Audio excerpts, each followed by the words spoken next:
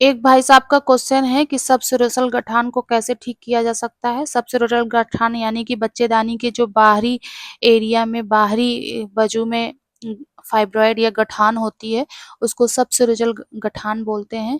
पहली बात तो किसी भी गठान का ये एक सॉलिड पार्ट है, सॉलिड स्ट्रक्चर है। इसका इलाज संभव नहीं है दवा से, इसका सिर्फ और सिर्फ लेप्रोस्कोपिक सर्जरी के द्वारा ही इलाज किया जाता है।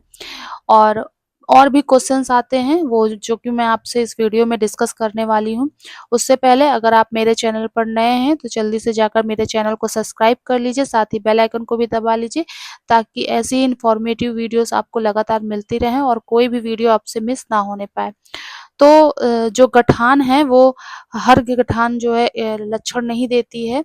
ज़रूरी नहीं है कि हर गठान का इलाज कराना ज़रूरी ही है। बहुत लोगों का क्वेश्चन है कि क्या हर गठान यानी बच्चेदानी की गांठ का इलाज ज़रूरी है? लक्षण नहीं भी मिल रहे हैं, फिर भी क्या इनको निकलवाना ज़रूरी है?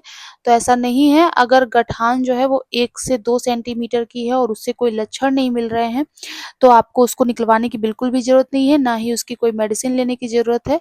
आप बस उसको सिर्फ़ 6 मंथ या 1 साल में मॉनिटर करते रहें। एक सोनोग्राफ़ी करवा के ज़रूर देखें कि कहीं उसका साइज़ तेज़ी से बढ़ तो नहीं रहा है, और अगर ऐसा कुछ होता है, तेज़ी से बढ़ रहा है या फिर उसके कोई लक्षण मिलते हैं, तो हाँ, उसको निकलवाना ज़रूरी है।